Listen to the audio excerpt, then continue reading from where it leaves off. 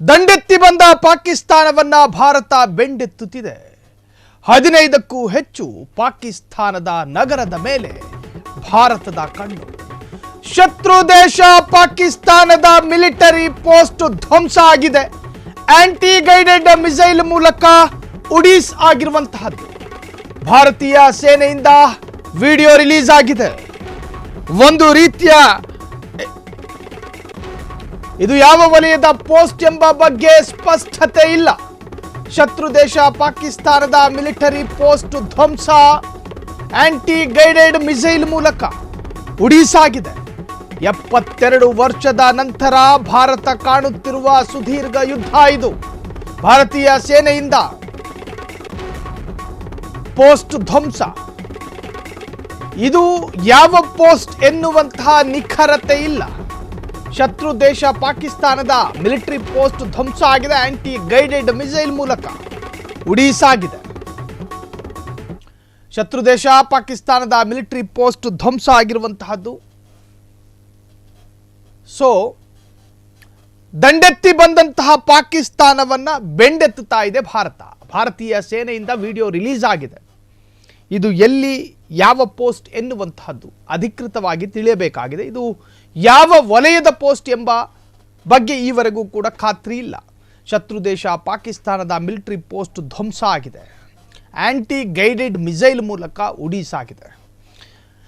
ಭಾರತವನ್ನ ಮುಟ್ಟುತ್ತಿರುವಂತಹ ಪಾಕಿಸ್ತಾನಕ್ಕೆ ಮುಟ್ಟಿ ನೋಡಿಕೊಳ್ಳುವ ಎಲ್ಲ ತರಹದ ಉತ್ತರಗಳು ಕೂಡ ಭಾರತದಿಂದ ವ್ಯಕ್ತವಾಗ್ತಾ ಇದೆ.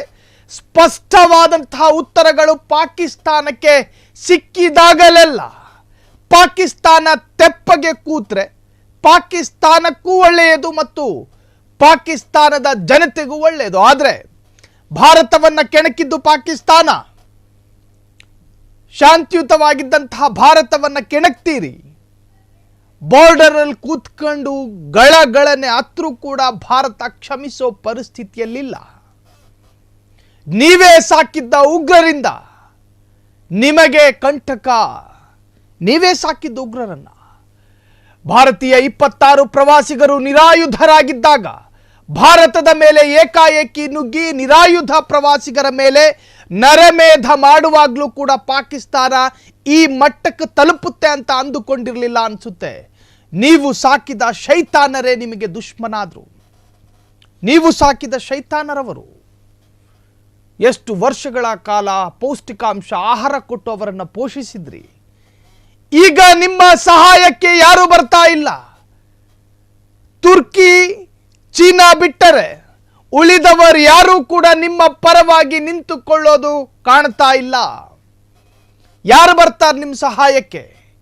ಆಯುಧಗಳಿಂದಲೇ ಉತ್ತರ ಎನ್ನುವಂತಹ ಸಿದ್ಧಾಂತವನ್ನ ಮೈಗೆ ಅಂಟಿಸಿಕೊಂಡು ಜಾಗತಿಕವಾಗಿ ಎಲ್ಲ ದೇಶಗಳ ನಿಷ್ಠೂರತೆಯನ್ನು ಪಡೆದಿರುವ, ಎಲ್ಲ ದೇಶಗಳ ವಿರೋಧತೆಯನ್ನು ಹೊಂದಿರುವ ಪಾಕಿಸ್ತಾನದ ಪರವಾಗಿ ಯಾರೊಬ್ಬರು ಧ್ವನಿ ಎತ್ತೋದಕ್ಕೆ ತಯಾರಾಗ್ತಿಲ್ಲ. ಯಾರೊಬ್ಬರು ಪಾಕಿಸ್ತಾನದ ಪರ ನಿಂತುಕೊಳ್ಳೋದಕ್ಕೆ ಇಷ್ಟಪಡ್ತಾ ಇಲ್ಲ. ಬೆಳಗ್ಗೆಯೇ ಚಂಡೀಗಢದಲ್ಲಿ ವೈಮಾನಿಕ ದಾಳಿಯ ಸುಳಿವೊಂದು ಸಿಕ್ಕಿದೆ. ಚಂಡೀಗಢದಲ್ಲಿ ಮೊಳಗಿದ ಏರ್ ಸೈರನ್, ಯುದ್ಧದ ಸೈರನ್ ಮೊಳಗಿದೆ. ನಿವಾಸಿಗಳು ಮನೆ ಬಿಟ್ಟು ಹೊರ ಬರದಂತೆ ಖಡಕ್ ಸೂಚನೆ ಕೊಡಲಾಗಿದೆ. ಪಾಕಿಸ್ತಾನದಿಂದ ವೈಮಾನಿಕ ದಾಳಿಯ ಬಗ್ಗೆ ನಂಬಲರ್ಹ ಮೂಲಗಳಿಂದ ಮಾಹಿತಿ. ಬೆಳಿಗ್ಗೆಯೇ ಚಂಡೀಗಢದಲ್ಲಿ ವೈಮಾನಿಕ ದಾಳಿಯ ಸುಳಿವು. ಚಂಡೀಗಢದಲ್ಲಿ ಮೊಳಗಿದ ಏರ್ ಸೈರನ್. ನಿನ್ನೆ ರಾತ್ರಿಯಿಂದಲೇ ಎಲ್ಲದಕ್ಕೂ ಸಿದ್ಧವಾಗಿ ನಿಂತಿದೆ ಭಾರತೀಯ ಸೇನೆ. ಎಲ್ಲ ತರಹದಲ್ಲೂ ಭೂ, ವಾಯು, ನೌಕಾ ಪಡೆಗಳು ನಿದ್ದೆಗೆಟ್ಟು ಪಾಕಿಸ್ತಾನಕ್ಕೆ ಬುದ್ಧಿ ಕಲಿಸಲು ಟೊಂಕ ಕಟ್ಟಿ ನಿಂತಿದ್ದಾವೆ. ಇನ್ನು ಪಾಕಿಸ್ತಾನದ ಪ್ರಧಾನಿ ಅಳ್ಕಂಡು ಮನವಿ ಮಾಡಿಕೊಂಡ್ರೂ ಕೂಡ ಭಾರತ ಸುಮ್ಮನಿರುವ ಪ್ರಶ್ನೆಗಳಿಲ್ಲ. ಸುಮ್ಮನಿರುವಂತಹ ಪ್ರಶ್ನೆಗಳೇ ಇಲ್ಲ. 14 ದೇಶಗಳು ಭಾರತದ ಸಂಪರ್ಕಕ್ಕೆ ಬಂತು.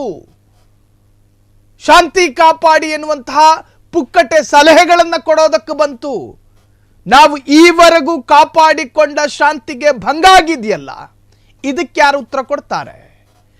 ಭಾರತದ ಗಡಿ ನುಸುಳಿ ನಿರಾಯುಧ 26 ಭಾರತದ ನಾಗರಿಕರನ್ನ ನಿರ್ದಯವಾಗಿ ಕೊಂದು ಹಾಕಿದ ಪಾಕಿಸ್ತಾನಿಗಳು, ಅದಾದ ನಂತರ 6 ಬಾರಿ ಕದನ ವಿರಾಮ ಉಲ್ಲಂಘನೆ ಮಾಡಿದ ಪಾಕಿಸ್ತಾನಿಗಳು, ಅದಾದ ನಂತರವೂ ಕೂಡ ಧಿಮಾಕಿನ ಮಾತನಾಡಿದ್ದ ಪಾಕಿಸ್ತಾನ, ನಾವು ಸಿಂಧೂ ನದಿ ನೀರು ಬರದಿದ್ರೆ ಅದರಲ್ಲಿ ರಕ್ತ ಹರಿಸ್ತೀವಿ ಅಂದ ಪಾಕಿಸ್ತಾನ. ಆಗೆಲ್ಲ ಹೋಗಿತ್ತು ಮಾನವೀಯತೆ, ಆಗೆಲ್ಲೋಗಿತ್ತು ಶಾಂತಿಯ ಮಂತ್ರ? ಭಾರತವನ್ನ ಕೆಣಕಿದ್ದೀರಿ, ಭಾರತ ಕೊಡುವಂತಹ ಉತ್ತರವನ್ನ ಸಹಿಸಿಕೊಳ್ಳೋ ತಾಳ್ಮೆ ನಿಮ್ಮಲ್ಲೂ ಇರಬೇಕು. ನಮ್ಮ ದಾಹ ತೀರುವವರೆಗೂ ಕೂಡ ಉತ್ತರವನ್ನು ಕೊಡ್ತಾ ಇರ್ತೀವಿ. ನಮ್ಮದು ಭತ್ತದ ದಾಹ ಅಲ್ಲ, ಪಾಕಿಸ್ತಾನದಂತೆ ಭತ್ತದ ದಾಹಕ್ಕೊಳಗಾಗಿಲ್ಲ ಭಾರತ. ನಾವು ಉತ್ತರವನ್ನು ಕೊಡ್ತಾ ಇದ್ದೀವಿ. ನಮ್ಮ ದಾಹ ಬತ್ತುವವರೆಗೂ ಕೂಡ ಅದನ್ನು ಸಹಿಸ್ಕೋಬೇಕು. ತಮ್ಮ ಸಾಮರ್ಥ್ಯವನ್ನು ಗೊತ್ತಿಲ್ಲದೆ, ತಮ್ಮ ದೇಶದ ಶಕ್ತಿ ಗೊತ್ತಿಲ್ಲದೆ, ತನ್ನ ದೇಶಕ್ಕೆ ಯಾರ್ಯಾರು ಬೆಂಬಲಿಸಬಹುದು ಅನ್ನೋ ಪೂರ್ಣ ಪರಿಜ್ಞಾನ ಇಲ್ಲದಂತಹ ಪಾಕಿಸ್ತಾನ ಈಗ ಅನಾಥ ಶವವಾಗಿದೆ ಅನ್ನೋದು ಸ್ಪಷ್ಟ. ಭಾರತ ಸಾಕಷ್ಟು ಬಾರಿ ಹ್ಯುಮ್ಯಾನಿಟಿಯ ಬೇಸ್ನಲ್ಲಿ ಒಂದು ಗಡುವನ್ನು ಕೊಡ್ತು. ಇವತ್ತಲ್ಲ ನಾಳೆ ಸರಿಯಾಗಬಹುದು ಅಂತ. ದೇಶದ ಸಾರ್ವಭೌಮತೆ ಕಾಪಾಡೋದಕ್ಕೆ ಸೇನೆ ಕಟಿಬದ್ಧ, ಪ್ರಾದೇಶಿಕ ಸಮಗ್ರತೆ ಕಾಪಾಡಲು ಸೈನ್ಯ ರೆಡಿ. ಮಧ್ಯರಾತ್ರಿ ಪಾಕ್ ದಾಳಿಗೆ ತೀಕ್ಷ್ಣವಾದ ಪ್ರತ್ಯುತ್ತರವನ್ನು ನೀಡಿದ್ದೇವೆ. ಪಾಕಿಸ್ತಾನದ ದುರ್ಮಾರ್ಗದ ಕ್ರಮಗಳಿಗೆ ತಿರುಗೇಟು ಕೊಟ್ಟಿದ್ದೀವಿ. ಪಾಕ್ ದಾಳಿ ಬಗ್ಗೆ ಭಾರತೀಯ ಸೇನೆ ಪ್ರಕಟಣೆ. ದೇಶದ ಸಾರ್ವಭೌಮತೆ ಕಾಪಾಡೋದಕ್ಕೆ ಸೇನೆ ಕಟಿಬದ್ಧ. ದಾಳಿ ಮಾಡಬೇಕಾದ್ರೂ ಕೂಡ ನಾವು ಪಾಕಿಸ್ತಾನದ ಯಾವುದೇ ತರಹದ ನಾಗರಿಕರ ನಾಶ ಆಗೋ ತರಹದ ದಾಳಿಗಳು ಎಂದು ಭಾರತ ಮಾಡಿಲ್ಲ. ಆದರೆ ಪಾಕಿಸ್ತಾನ ಮಾಡಿದ್ದೇನು? ನಾಗರಿಕರೇ ವಾಸಿಸುವ ಸ್ಥಳವನ್ನೇ ಗುರಿಯಾಗಿಸಿ ಪಾಕಿಸ್ತಾನ ದಾಳಿ ಮಾಡ್ತು. ದೇಶದ ಸಾರ್ವಭೌಮತೆ ಕಾಪಾಡಲು ಸೇನೆ ಕಟಿಬದ್ಧ, ಪ್ರಾದೇಶಿಕ ಸಮಗ್ರತೆ ಕಾಪಾಡಲು ಸೈನ್ಯ ರೆಡಿ. ಇದು ಭಾರತೀಯ ಸೈನ್ಯದ ಸಂದೇಶ. ಮಧ್ಯರಾತ್ರಿ ಪಾಕ್ ದಾಳಿಗೆ ತೀಕ್ಷ್ಣವಾದ ಪ್ರತ್ಯುತ್ತರವನ್ನು ಕೊಡ್ತಾನೂ ಇದ್ದೇವೆ. ಪಾಕಿಸ್ತಾನದ ದುರ್ಮಾರ್ಗದ ಕ್ರಮಗಳಿಗೆ ತಿರುಗೇಟು. ಪಾಕ್ ದಾಳಿ ಬಗ್ಗೆ ಭಾರತೀಯ ಸೇನೆ ಪ್ರಕಟಣೆ. ದೇಶದ ಸಾರ್ವಭೌಮತೆ ಕಾಪಾಡೋದಕ್ಕೆ ಸೇನೆ ಕಟಿಬದ್ಧ, ಪ್ರಾದೇಶಿಕ ಸಮಗ್ರತೆ ಕಾಪಾಡಲು ಸೈನ್ಯ ರೆಡಿ. ಮಧ್ಯರಾತ್ರಿ ಪಾಕ್ ದಾಳಿಗೆ ತೀಕ್ಷ್ಣವಾದ ಪ್ರತ್ಯುತ್ತರವನ್ನು ನೀಡಿದ್ದೇವೆ. ಪಾಕಿಸ್ತಾನದ ದುರ್ಮಾರ್ಗದ ಕ್ರಮಗಳಿಗೆ ನಾವು ತಿರುಗೇಟನ್ನು ಕೊಟ್ಟಿದ್ದೇವೆ. ಏಕಕಾಲಕ್ಕೆ 100 ಮಿಸೈಲ್ಗಳನ್ನು ಬಿಟ್ಟ ಭಾರತ ಸರಿಯಾಗಿ ನಿರ್ಧಾರ ಮಾಡ್ಕೊಂಡೇನಾದ್ರೂ ಭಾರತದ ಗಡಿ ಭಾಗದಲ್ಲಿ ನಿಂತ್ಕೊಂಡು ಎಲ್ಲ ತರಹದ ಏಕಾಗ್ರತೆಯ ಮೂಲಕ ಯುದ್ಧ ಸಾರಿದ್ದೇ ಆದಲ್ಲಿ ನೀವು 10 ಎಣಿಸುವುದರ ಒಳಗಾಗಿ ಪಾಕಿಸ್ತಾನ ಇರೋದಿಲ್ಲ. ಅರ್ಥ ಮಾಡ್ಕೊಳ್ಳಿ.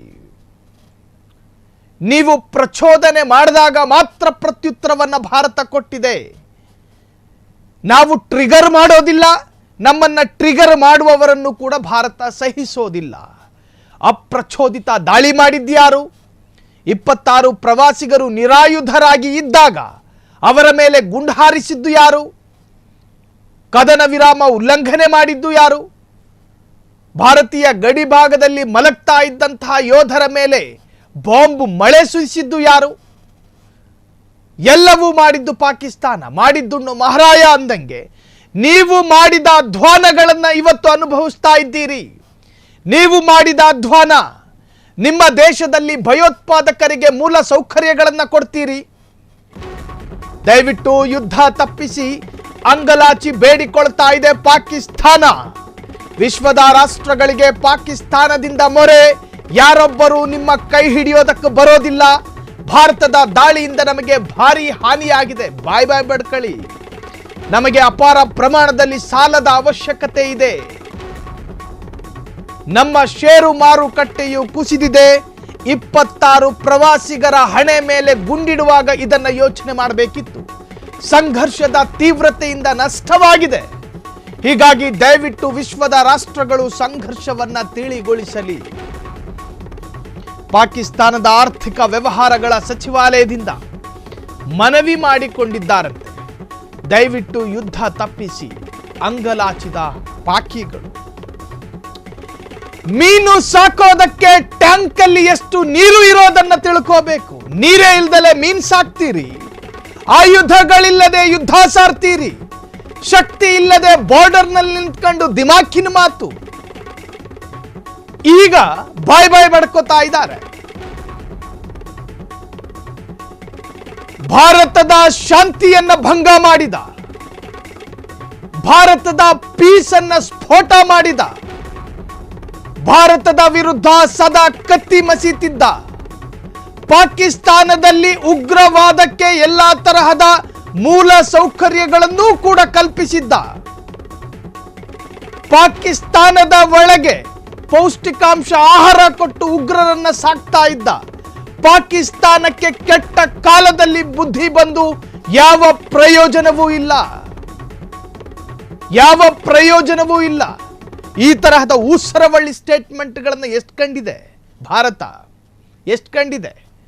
ತಾಳ್ಮೆಗೂ ಒಂದು ಮಿತಿ ಇದೆ, ತಾಳ್ಮೆಗೂ ಒಂದು ಸೀಮೆ ಅನ್ನೋದಿದೆ, ಬಾರ್ಡರ್ ಇದೆ. ಆ ತಾಳ್ಮೆಯ ಸೀಮೆ ಕಳೆದು ಹೋಗಿದೆ. ಈಗ ಕ್ಷಮಿಸುವಂತಹ ಸಂದರ್ಭದಲ್ಲಿ ಭಾರತ ಇಲ್ಲ. ನೀವು ಒಂದು ಮಿಸೈಲ್ ಅನ್ನು ಬಿಟ್ಟರೆ 100 ಮಿಸೈಲ್ ಅನ್ನು ನಾವು ಬಿಡ್ತೀವಿ. ಮಲೇಷ್ಯಾದಲ್ಲಿ ಒಂದು ಮಾತಿದೆ, ನೀವು ಒಂದು ಬಾರಿ ನಮ್ಮನ್ನು ಉಪದ್ರವಿಸಿದ್ರೆ ನಾವು ನಿಮಗೆ 100 ಬಾರಿ ಉಪದ್ರವಿಸ್ತೀವಿ ಅಂತ. ಹಾಗೆ ಈಗ ಭಾರತವು ಅದೇ ತೀರ್ಮಾನವನ್ನು ತೆಗೆದುಕೊಂಡಿದೆ. ನೀವು ಒಂದು ಸಾರಿ ನಮ್ಮನ್ನು ಡಿಸ್ಟರ್ಬ್ ಮಾಡಿದ್ರೆ 100 ಬಾರಿ ಪದೇ ಪದೇ ಡಿಸ್ಟರ್ಬ್ ಮಾಡ್ತೀವಿ. ಯಾರು ಹೇಳ್ತಾರೆ 26 ನಿರಾಯುಧ ಪ್ರವಾಸಿಗರ ಕುಟುಂಬಕ್ಕೆ ಉತ್ತರ ಹೇಳೋದಕ್ಕೆ ಸಾಧ್ಯನಾ? ಗಂಡನನ್ನ ಕಳೆದುಕೊಂಡ ಹೆಂಡತಿ, ಮಗನನ್ನ ಕಳೆದುಕೊಂಡ ತಾಯಿಯನ್ನ ಕಳೆದುಕೊಂಡ ಮಕ್ಕಳು. ಆಪರೇಷನ್ ಸಿಂಧೂರ ಪಾಕಿಸ್ತಾನದಲ್ಲಿ ಆಂತರಿಕ ಸಂಘರ್ಷ. ಪಾಕಿಸ್ತಾನದಾದ್ಯಂತ ಪಿಟಿಐ ಕಾರ್ಯಕರ್ತರ ಪ್ರತಿಭಟನೆ. ಪ್ರಧಾನಿ ಶಹಬಾಜ್ ಶರೀಫ್ ಅಸಮರ್ಥ ಎಂಬ ನಿನಾದ. ಇದು ಈಗ ಗೊತ್ತಾಗಿದೆ ಇವರುಗಳಿಗೆ. ಪ್ರಾಣ ಭೀತಿಯಲ್ಲಿ ತಲೆಮರೆಸಿಕೊಂಡಿರುವ ಪಾಕ್ ಪ್ರಧಾನಿ. ಈಗಾಗಲೇ ಸುರಕ್ಷಿತ ತಾಣದಲ್ಲಿ ತಲೆಮರೆಸಿಕೊಂಡ ಪಾಕ್ ಪ್ರಧಾನಿ. ಪಾಕಿಸ್ತಾನದ ಪ್ರಜೆಗಳು ಮಾತ್ರ ಪ್ರಾಣ ಭೀತಿಯಲ್ಲಿ ತಮ್ಮ ತಮ್ಮ ಗುಡಿಸಲಲ್ಲಿ ಮಲಗ್ತಿರಬೇಕಾದ್ರೆ ಇವನು ಯಾವ ಸೀಮೆಯ ಪ್ರಧಾನಿ? ಬಾಯಿಗೆ ಬಂದ ಹಾಗೆ, ಅದೇನೋ ಬಾಯಿಗೆ ಬರುತ್ತೆ ಅಂತಾರಲ್ಲ, ಹಂಗೆ ಈತ ಪ್ರಾಣ ಭೀತಿಯಲ್ಲಿ ಈಗ ತಲೆಮರೆಸಿಕೊಂಡಿದ್ದಾನಂತೆ. ಈಗಾಗಲೇ ಸುರಕ್ಷಿತ ತಾಣದಲ್ಲಿ ತಲೆಮರೆಸಿಕೊಂಡ ಪಾಕ್ ಪ್ರಧಾನಿ ಮೊನ್ನೆ ಪಾಕಿಸ್ತಾನದ ಪಾರ್ಲಿಮೆಂಟ್ ಅಲ್ಲಿ ಇವತ್ತು ತಲೆಮರೆಸಿಕೊಂಡಿರ್ತಕ್ಕಂತಹ ಇದೇ ವ್ಯಕ್ತಿ ನಾವು ಭಾರತಕ್ಕೆ ಉತ್ತರ ಕೊಡೋದಕ್ಕೆ ಸಮರ್ಥ ಇದ್ದೀವಿ ಅಂತ ಹೇಳಿದ್ರು. ಆದ್ರೆ ಉಟ್ಟು ಬಟ್ಟೆನ ಕಡುಕೊಂಡು ಈತನನ್ನ ಬಂಕರಿಗೆ ಶಿಫ್ಟ್ ಮಾಡಲಾಗಿದೆ. ಪ್ರಾಣಭೀತಿ ಇಲ್ಲದೆ ಇದ್ದರೆ ಭಾರತದ ಗಡಿ ಭಾಗದಲ್ಲಿ ನಿಂತ್ಕೊಂಡು ಯೋಧರ ಬೆನ್ನಿನ ಹಿಂದೆ ನಿಂತ್ಕೊಂಡು ಮಿಸೈಲ್ ಬಿಡಬೇಕಾಗಿತ್ತು. ಆದ್ರೆ ಈ ಮನುಷ್ಯ ಈಗ ಸೇಫ್ ಆಗಿ ಮನೆಯಲ್ಲಿ ಕೂತ್ಕೊಂಡವನಂತೆ. ಆಪರೇಷನ್ ಸಿಂಧೂರ ಪಾಕಿಸ್ತಾನದಲ್ಲಿ ಆಂತರಿಕ ಸಂಘರ್ಷಗಳು ಶುರುವಾಗಿದೆ. ಪಾಕಿಸ್ತಾನದಲ್ಲಿ ಒಂದು ಕಡೆ ಆಸಿಫ್ ಮುನೀರ್ ಪದಚ್ಯುತಗೊಳ್ತಾನೆ ಎನ್ನುವಂತಹ ನಿನ್ನೆಯಿಂದಲೇ ಹರಿದಾಡ್ತಾ ಇದ್ದಂತಹ ಮಾಹಿತಿ. ಇಲ್ಲಿ ಪದಚ್ಯುತ ಆಯ್ತೋ ಇಲ್ವೋ ಅದು ಪ್ರಶ್ನೆಯಲ್ಲ. ಆದರೆ ಕೋರ್ ಕಮಾಂಡರ್ಗಳೇ ಈ ಪಾಕಿಸ್ತಾನದ ಸೈನ್ಯದ ಒಳಗೆ ಸಾಕಷ್ಟು ಭಿನ್ನಾಭಿಪ್ರಾಯಗಳಿದ್ದಾವೆ. ಪಾಕಿಸ್ತಾನದ ಸೈನ್ಯದ ಒಳಗಿದೆಯಲ್ಲ ಸಾಕಷ್ಟು ಭಿನ್ನಾಭಿಪ್ರಾಯಗಳಿದ್ದಾವೆ. ಆಸಿಫ್ ಮುನೀರ್ ಆತನನ್ನ ಕೆಳಗಿಳಿಸಬೇಕು ಅಂತ ಹೇಳಿ ಕೋರ್ ಕಮಾಂಡರ್ಗಳು ಇವತ್ತು ನಿನ್ನೆಯಿಂದಲ್ಲ ಸಾಕಷ್ಟು ವರ್ಷಗಳಿಂದ ಹೇಳಿಕೊಳ್ತಾ ಇದ್ದಾರೆ. ಪಾಕ್ ಮಾಧ್ಯಮಗಳಲ್ಲಿ ಸುಳ್ಳು ಸುದ್ದಿಗಳದ್ದೇ ಅಬ್ಬರ. ಗುಜರಾತಿನ ಹಜೀರಾ ಪೋರ್ಟ್ ಮೇಲೆ ದಾಳಿ ಎಂಬ ಸುಳ್ಳು ಸುದ್ದಿ. 2021 ಆಯಿಲ್ ಟ್ಯಾಂಕರ್ ಸ್ಫೋಟದ ವಿಡಿಯೋವನ್ನ ಹಂಚಿಕೊಂಡ ಪಾಕಿಸ್ತಾನ ಗುಂಪಲ್ಲಿ ಗೋವಿಂದ ಮಾಡ್ತಾ ಇದೆ. ಭಾರತದ ಸೇನಾ ಪೋಸ್ಟ್ ಮೇಲೆ ಅಟ್ಯಾಕ್ ಎಂದು ಹೇಳಿಕೊಂಡು ಪಾಕ್ ಸುತ್ತಾಡ್ತಾ ಇದೆ. ಆದರೆ ಇದೆಲ್ಲ ಸುಳ್ಳು ಎಂದ PIB fact check. 20 Raj battalion ಹೆಸರಿನ ಯಾವುದೇ ಯೂನಿಟ್ ಇಲ್ಲ. ಭಾರತ ಮತ್ತು ಪಾಕಿಸ್ತಾನ ಎರಡು ದೇಶಗಳ ನಡುವೆ ನಡೆಯುತ್ತಿರತಕ್ಕಂತಹ ಅಧಿಕೃತ ಯುದ್ಧ. ಪಾಕಿಸ್ತಾನ ತಿಳಿದುಕೊಂಡಿರಬಹುದು ಭಾರತ ನಮ್ಮ ಮೇಲೆ ಮಾಡ್ತಾ ಇರುವಂತಹ ಯುದ್ಧ ಅಂತ. ಖಂಡಿತ ಅಲ್ಲ. ಪಾಕಿಸ್ತಾನದ ಭಯೋತ್ಪಾದನಾ ಚಟುವಟಿಕೆಗಳ ಮೇಲೆ ಭಾರತ ನಡೆಸ್ತಾ ಇರತಕ್ಕಂತಹ ಘನ ಗಂಭೀರ ಅಧಿಕೃತ ಯುದ್ಧ ಇದು. ನೀವು ಮಾಡ್ತಾ ಇರೋದು ಮಾತ್ರ ಭಾರತೀಯ ಪ್ರಜೆಗಳ ಮೇಲಿನ ಯುದ್ಧ. ಭಾರತ ನಿಮ್ಮ ಮೇಲೆ ಮಾಡ್ತಾ ಇಲ್ಲ, ನಿಮ್ಮಲ್ಲಿರ್ತಕ್ಕಂತಹ ಭಯೋತ್ಪಾದನಾ ಸಿದ್ಧಾಂತದ ಮೇಲೆ ದಾಳಿ ಮಾಡ್ತಾ ಇದೆ. ಭಾರತೀಯ ಪ್ರಜೆಗಳು ಅತ್ಯಂತ ಸುರಕ್ಷಿತರಾಗಿದ್ದಾರೆ. ಮನಸ್ಸು ಬಂದಾಗ ತಿಂಡಿ ಮಾಡ್ತಾ ಇದ್ದಾರೆ, ತನಗೆ ಕಂಡ ಅಂಗಡಿಯಲ್ಲಿ ಟೀ ಕುಡಿತಾ ಇದ್ದಾರೆ. ಆದ್ರೆ ಪಾಕಿಸ್ತಾನದಲ್ಲಿ ಇದೆಲ್ಲ ಸಾಧ್ಯ ಆಗ್ತಾ ಇಲ್ಲ. ಜನ ಹೊರಗೆ ಬರೋದಕ್ಕೂ ಕೂಡ ಸಾಧ್ಯ ಆಗ್ತಾ ಇಲ್ಲ. ತನ್ನ ದೇಶದ ಪ್ರಜೆಗಳನ್ನ ಅತ್ಯಂತ ಕಷ್ಟದ ಸ್ಥಿತಿಗೆ ಸಿಲುಕಿ ಹಾಕಿದ ಆ ದೇಶದ ಪ್ರಧಾನಿ ಶಹಬಾಜ್, ಆತ ಮಾತ್ರ ಮನೆಯಲ್ಲಿ ಸೇಫ್ಟಿ ಆಗಿದ್ದಾನೆ. ಆದರೆ ಆ ದೇಶದ ಪ್ರಜೆಗಳು ಪಾಕಿಸ್ತಾನದ ಅಲ್ ಜಜೀರಾದಲ್ಲಿ ಬರ್ತಿರ್ತಕ್ಕಂಥ ಒಂದೊಂದು ವಿಜುವಲ್ಸ್ಗಳು ಕತೆ ಹೇಳ್ತಾ ಇದೆ. ಕರಾಚಿ ಭಾಗದ ಯಾವ ಜನರು ಕೂಡ ಹೊರಗೆ ಬಂದು ನಿರ್ಭಯರಾಗಿ ಟೀ ಕುಡಿಯೋದಕ್ಕೂ ಕೂಡ ಸಾಧ್ಯ ಆಗ್ತಾ ಇಲ್ಲ. ಇದು ಪಾಕಿಸ್ತಾನದ ಅತ್ಯಂತ ಸುಂದರ ನಗರ ಕರಾಚಿ ಅಂತ ಹೇಳಲ್ಪಡುವ ಕರಾಚಿಯಲ್ಲಿ ಜನ ಹೊರಗೆ ಬರೋದಕ್ಕೆ ಹೆದರ್ತಾ ಇದ್ದಾರೆ. ಆ ಸ್ಥಿತಿಗೆ ತಂದವರು ಯಾರು? ಇದೇ ಪ್ರಧಾನಿ ಅಲ್ವಾ? ಪೆಹಲ್ಗಾಮ್ನಲ್ಲಿ ನರಮೇಧ ಆಯ್ತಲ್ಲ, ಅದಾದ ನಂತರ ಇದೇ ಪ್ರಧಾನಿ ಯಾವ ಕ್ರಮವನ್ನ ಕೈಗೊಂಡ್ರು? ನಮಗೂ ಭಯೋತ್ಪಾದನೆಗೂ ಸಂಬಂಧ ಇಲ್ಲ ಅಂತ ಹೇಳಿ ಬಾಯಿ ತೆವಲಿಗೆ ಹೇಳ್ಕೊಂಡಿದ್ದು ಮಾತ್ರ ಅಲ್ಲ, ದಿನಕ್ಕೆ 40 ಬಾರಿ ಹೇಳ್ತಾ ಇದ್ದ ಆ ಮನುಷ್ಯ ಪಾಕಿಸ್ತಾನಕ್ಕೂ ಭಯೋತ್ಪಾದನೆಗೂ ಸಂಬಂಧ ಇಲ್ಲ ಅಂತ. ಈ ನಾಯಿಗಳನ್ನ ದೇಶದಿಂದ ಹೊರಗಾಗ್ತೀನಿ ಅಂತ ಹೇಳಿ ಒಂದು ಸರಿಯಾದ್ರೂ ಹೇಳದ್ದ ಇಲ್ಲ. ಭಾರತ ಕಾಯ್ತು, ಪಾಕಿಸ್ತಾನ ಇದಕ್ಕೆ ವಿರುದ್ಧವಾದ ಭಯೋತ್ಪಾದಕರ ವಿರುದ್ಧ ಯಾವುದಾದ್ರೂ ಕ್ರಮವನ್ನು ತೆಗೆದುಕೊಳ್ಳುತ್ತಾ ಅಂತ. ಆದರೆ ಆ ಕ್ರಮ ಆಗಲಿಲ್ಲ. ಇವತ್ತು ಅನುಭವಿಸಿ, ನೀವು ಮಾಡಿದ ಸ್ವಯಂಕೃತ ಅಪರಾಧಕ್ಕೆ ನೀವೇ ಇವತ್ತು ಶಿಕ್ಷೆ ಕಷ್ಟಗಳನ್ನು ಅನುಭವಿಸ್ತಾ ಇದ್ದೀರಿ. ಭಾರತ ಪಾಕಿಸ್ತಾನ ಯುದ್ಧದ ಬಗ್ಗೆ ಚೀನಾ ಮೊದಲ ಪ್ರತಿಕ್ರಿಯೆಯನ್ನು ನೀಡಿದೆ. ಭಾರತ ಪಾಕಿಸ್ತಾನ ಎರಡು ರಾಷ್ಟ್ರಗಳು ನೆರೆಹೊರೆ ರಾಷ್ಟ್ರಗಳಾಗಿಯೇ ಉಳಿಯಲಿವೆ. ಈ ಎರಡು ರಾಷ್ಟ್ರಗಳು ಚೀನಾದ ನೆರೆಹೊರೆಯ ರಾಷ್ಟ್ರಗಳು. ಎಲ್ಲ ರೀತಿಯ ಭಯೋತ್ಪಾದನೆಯನ್ನ ಚೀನಾ ವಿರೋಧಿಸುತ್ತಿದೆ. ಶಾಂತಿ ಸ್ಥಿರತೆಗಾಗಿ ತಾಳ್ಮೆ ವಹಿಸುವಂತೆ ಎರಡು ರಾಷ್ಟ್ರಗಳಿಗೆ ನಾವು ಮನವಿ ಮಾಡಿಕೊಳ್ತಾ ಇದ್ದೇವೆ. ಇವನು ಬಂದ ನಂದೆಲ್ಲಿಡ್ಲಿ ಅಂತ. ಭವಿಷ್ಯ ನುಡಿಯೋದಕ್ಕೆ ಚೀನಾ ನಾಸ್ಟ್ರೋಡಮಾಸ್ ಅಲ್ಲ. ನೀವು ಮನವಿ ಮಾಡಿದ ಕೂಡಲೇ ಎರಡು ಕಿವಿಗಳಲ್ಲಿ ಕೇಳಿಸಿಕೊಂಡು ಶಾಂತಿ ಮಂತ್ರವನ್ನ ಪಠಿಸುವ ಸಂದರ್ಭವನ್ನ ಭಾರತ ಕಳೆದುಕೊಂಡಿದೆ. ಚೀನಾದ ಭಾರತ ಪಾಕಿಸ್ತಾನ ಯುದ್ಧದ ಸಂಘರ್ಷದ ನಟ್ಟ ನಡುವೆ ಚೀನಾ ದೇಶ ಬಂದು ಇಬ್ಬರ ಬೆನ್ನನ್ನ ಸವರ್ತಾ ಇದೆ. ಭಾರತ ಪಾಕಿಸ್ತಾನ ಇಬ್ಬರು ಕೂಡ ನೆರೆಹೊರೆಯ ರಾಷ್ಟ್ರಗಳು. ಹಾಗಾಗಿ ಎರಡು ಅಕ್ಕಪಕ್ಕದ ಮನೆಯವರು ಚೆನ್ನಾಗಿರಬೇಕು. ನೆರೆಯ ರಾಷ್ಟ್ರಗಳಾಗಿಯೇ ಉಳಿದಿವೆ ಈ ಎರಡೂ ರಾಷ್ಟ್ರಗಳು, ಚೀನಾದ ನೆರೆಹೊರೆ ರಾಷ್ಟ್ರಗಳು. ಯಾವಾಗ ಭಾರತದ ಭೂಮಿಯ ಮೇಲೆ ಚೀನಾ ನಿರ್ಮಿತ ಮಿಸೈಲ್ಗಳು ಪತ್ತೆಯಾಯಿತು, ಆಗಲೇ ಅನ್ಕೊಂಡ್ವಿ ಇವನ್ ತಲೆ ಹಿಡುಕ ಅಂತ. ಶಾಂತಿ ಸ್ಥಿರತೆಗಾಗಿ ತಾಳ್ಮೆ ವಹಿಸುವಂತೆ ಎರಡೂ ರಾಷ್ಟ್ರಗಳ ಜೊತೆ ಮನವಿ ಮಾಡ್ಕತಾನಂತೆ. ಪಾಕಿಸ್ತಾನ ಸೇನೆಗೆ ಕೈಕೊಟ್ಟ ಚೀನಾ ಏರ್ ಡಿಫೆನ್ಸ್ ವ್ಯವಸ್ಥೆ. ನಿನ್ನೆ ಭಾರತ ನಡೆಸಿದ ಡ್ರೋನ್ ದಾಳಿ ತಡೆಯುವಲ್ಲಿ ವಿಫಲ ಆಗಿದೆ. ಏರ್ ಡಿಫೆನ್ಸ್ ವ್ಯವಸ್ಥೆ ಆಧುನೀಕರಿಸುವಲ್ಲಿ ಪಾಕ್ ವಿಫಲ. HQ-9P, HQ-9BE, FD 2000 HQ-16F ಮೇಲೆ ಡಿಪೆಂಡ್ ಆಗಿದೆ ಪಾಕಿಸ್ತಾನ. ಇವುಗಳ ಜೊತೆ ಹಳೆ ಕಾಲದ LY-80 FM-90 ಮೇಲೆಯೂ ಡಿಪೆಂಡ್ ಆಗಿದೆ. 40 ಕಿಲೋಮೀಟರ್ ದೂರದ ಗುರಿ ಭೇದಿಸಲು LY-80 ಮೇಲೆ ಪಾಕ್ ಡಿಪೆಂಡ್. ಭಾರತ ನಡೆಸಿದ ದಾಳಿಯಲ್ಲಿ HQ-16 ವ್ಯವಸ್ಥೆ ಸಂಪೂರ್ಣ ನಾಶವಾಗಿದೆ. ಪಾಕ್ನ ಕ್ಷಿಪಣಿ ನಿರೋಧಕ ವ್ಯವಸ್ಥೆಯೇ ಛಿದ್ರ ಆಗಿತ್ತು. ಚೀನಾ ದೇಶದವರು ಬಳಸಿ ಬಿಸಾಕಿದ್ದ ರಿಜೆಕ್ಟೆಡ್ ಐಟಮ್ ಅನ್ನ ಪಾಕಿಸ್ತಾನಕ್ಕೆ ನಾವು ನಿಮಗೆ ಉಪಕಾರ ಮಾಡ್ತಾ ಇದ್ದೀವಿ ಅಂಥೇಳಿ ಹಸ್ತಾಂತರ ಮಾಡಿತ್ತು.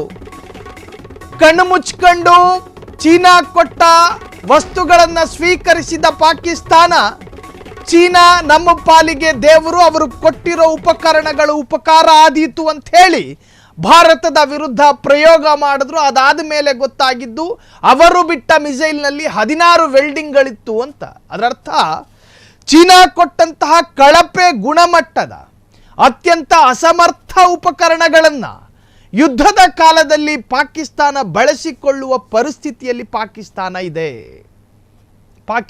ಇದೆ. ನಿನ್ನೆಯಷ್ಟೇ ಒಂದು ಮಾಹಿತಿ ಬಂದಿತ್ತು.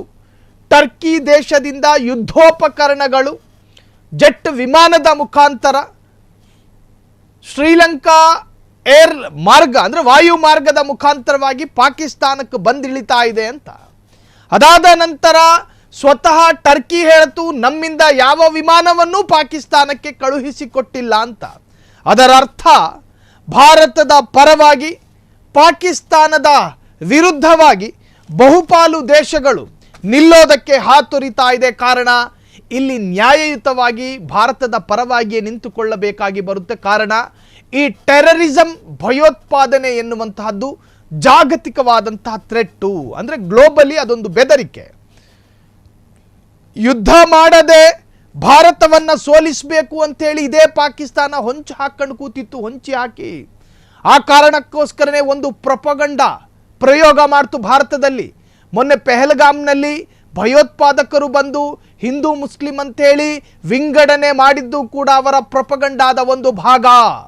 ಭಾರತದಲ್ಲಿ ಒಳಜಗಳ ಆಗಿ ನಾವು ಯುದ್ಧ ಮಾಡದೆ ಭಾರತ ಒಳಗನೆ ಕಚ್ಚಾಡ್ಕೊಂಡು ಸಾಯ್ಲಿ ಅನ್ನೋ ಉದ್ದೇಶ ಪಾಕಿಸ್ತಾನದ್ದಾಗಿತ್ತು. ಅದಾದ ನಂತರ ರಕ್ಷಣಾ ಇಲಾಖೆಯಿಂದ ಅಧಿಕೃತವಾದ ಹೇಳಿಕೆ ಬಂತು.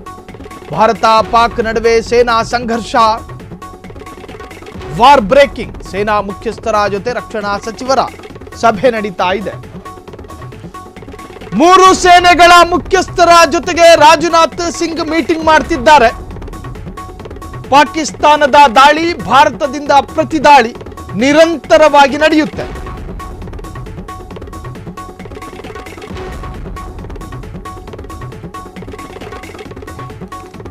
ಗಡಿ ಗ್ರಾಮಗಳ ಜನರ ರಕ್ಷಣೆ, ಬೇರೆಡೆಗೆ ಸ್ಥಳಾಂತರ.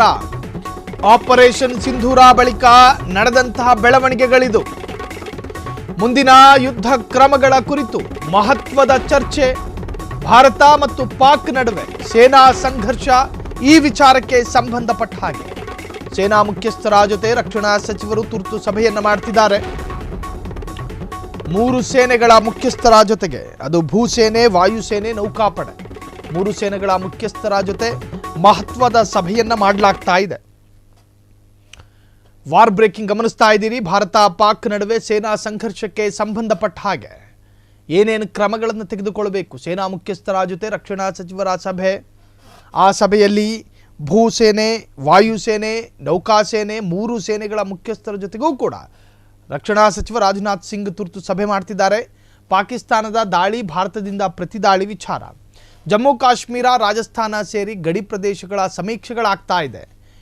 ಗಡಿ ಗ್ರಾಮಗಳ ಜನರ ರಕ್ಷಣೆ, ಬೇರೆಡೆಗೆ ಸ್ಥಳಾಂತರ. ಈ ನಟೋರಿಯಸ್ ಪಾಕಿಸ್ತಾನಿಗಳು ಈಗ ನಾವಾದರೆ ಏರ್ ಡಿಫೆನ್ಸ್ ಏರಿಯಾಗಳಿಗೆ ಗುರಿಯಾಗಿಸ್ಕೊಂಡು ದಾಳಿ ಮಾಡ್ತೀವಿ ಭಾರತದಿಂದ. ಆದರೆ ಈ ನಿರ್ಭಾವುಕ ಪಾಕಿಸ್ತಾನ ಅತ್ಯಂತ ನಾಗರಿಕ ವಾಸಿಸುವಂತಹ ಸ್ಥಳವನ್ನು ಗುರಿಯಾಗಿಸಿ ಭಾರತದ ಭಾವನೆಗಳಿಗೆ ಧಕ್ಕೆ ತರುವಂತಹ ಕೇಂದ್ರಗಳನ್ನು ಗುರಿಯಾಗಿಸಿ ಪಾಕಿಸ್ತಾನ ದಾಳಿ ಮಾಡುವಂತಹದ್ದು. ಹಾಗಾಗಿ ಭಾರತದ ಗಡಿ ಭಾಗದಲ್ಲಿ ವಾಸಿಸ್ತಾ ಇರತಕ್ಕಂತಹ ಜನರನ್ನು ಬೇರೆ ಕಡೆ ಸೂಕ್ತ ಪರ್ಯಾಯ ಜಾಗಕ್ಕೆ ಸ್ಥಳಾಂತರ ಮಾಡುವಂತಹ ಪ್ರಕ್ರಿಯೆಗಳು ಶುರುವಾಗಿದೆ. ಈ ಪಾಕಿಸ್ತಾನದ ಪಾಪಿ ಬಾಂಬ್ಗಳು ಬಿದ್ದು ನಮ್ಮ ಪ್ರಜೆಗಳು ಸಾಯಬಾರ್ದು. ನೋಡಿ, ಯುದ್ಧ ಅನ್ನೋದೇ ಹಾಗೆ ರೀ. ಯುದ್ಧ ಅನ್ನೋದು ವಿನಾಶದ ಕೀಲಿಕೈ ಇದ್ದಾಗೆ, ವಿನಾಶದ ಕೀಲಿಕೈ. ವಿಕಾಸ ಅಂತೂ ಖಂಡಿತ ಇಲ್ಲ. ಆದರೆ ಭಾರತಕ್ಕೆ ಈಗ ಯುದ್ಧ ಅನಿವಾರ್ಯ. ಭಾರತ ಪಾಕಿಸ್ತಾನ ಸಂಘರ್ಷದಲ್ಲಿ ನಾವು ಮಧ್ಯಪ್ರವೇಶ ಮಾಡೋದಿಲ್ಲ. ನಮ್ಮ ನೆಲವನ್ನ ಒಂದು ರಾಷ್ಟ್ರ ಇನ್ನೊಂದು ರಾಷ್ಟ್ರದ ನಾಶಕ್ಕೆ ಅಥವಾ ವಿರುದ್ಧ ಬಳಸಲು ಬಿಡೋದಿಲ್ಲ. ಹಿಂದೂ ಮಹಾಸಾಗರ ಸಂಘರ್ಷದಿಂದ ನಾವು ದೂರ ಇದ್ದೇವೆ. ಭಾರತ ಪಾಕಿಸ್ತಾನದ ನಡುವೆ ನಮ್ಮ ಸಂಬಂಧ ಚೆನ್ನಾಗಿದೆ. ಶ್ರೀಲಂಕಾ ಸರ್ಕಾರದಿಂದ ಈ ಹೇಳಿಕೆ. ಭಾರತ ಪಾಕಿಸ್ತಾನ ಸಂಘರ್ಷದಲ್ಲಿ ನಾವು ಮಧ್ಯಪ್ರವೇಶಿಸೋದಿಲ್ಲ, ನಾವು ನಿಮ್ಮನ್ನ ಆಮಂತ್ರಣ ಮಾಡೋದು ಇಲ್ಲ. ನಮ್ಮ ನೆಲವನ್ನ ಒಂದು ರಾಷ್ಟ್ರ ಇನ್ನೊಂದು ರಾಷ್ಟ್ರದ ವಿರುದ್ಧ ಬಳಸಲು ಬಿಡೋದಿಲ್ಲ. ವಾಯುಮಾರ್ಗ ಇವರೇ ಬಿಟ್ಕೊಟ್ಟಿದ್ರು. ಹಿಂದೂ ಮಹಾಸಾಗರ ಸಂಘರ್ಷದಿಂದ ನಾವು ದೂರ ಇದ್ದೇವೆ, ಒಳ್ಳೆಯದು. ಭಾರತ ಪಾಕಿಸ್ತಾನದ ನಡುವೆ ನಮ್ಮ ಸಂಬಂಧ ಚೆನ್ನಾಗಿದೆ, ಸರಿ. ಶ್ರೀಲಂಕಾ ಸರ್ಕಾರದಿಂದ ಹೇಳಿಕೆಯನ್ನು ನೀವು ಗಮನಿಸ್ತಾ ಇದ್ದೀರಿ. ಭಾರತ ಪಾಕಿಸ್ತಾನ ಸಂಘರ್ಷದಲ್ಲಿ ನಾವು ಮಧ್ಯಪ್ರವೇಶ ಮಾಡೋದು. ಪಾಕಿಸ್ತಾನ ಮತ್ತು ಶ್ರೀಲಂಕಾದ ನಡುವೆ ಕೊಡುವುದು ಮತ್ತು ತೆಗೆದುಕೊಳ್ಳುವ ವ್ಯವಹಾರಗಳು ನೀಟಾಗಿ ನಡೆಯುತ್ತವೆ. ಸಾಂಪ್ರದಾಯಿಕವಾಗಿ ಶ್ರೀಲಂಕಾ ಮತ್ತು ಪಾಕಿಸ್ತಾನ ವ್ಯವಹಾರಿಕ ಬುದ್ಧಿ ಇರತಕ್ಕಂತಹ ದೇಶ ಶ್ರೀಲಂಕಾ.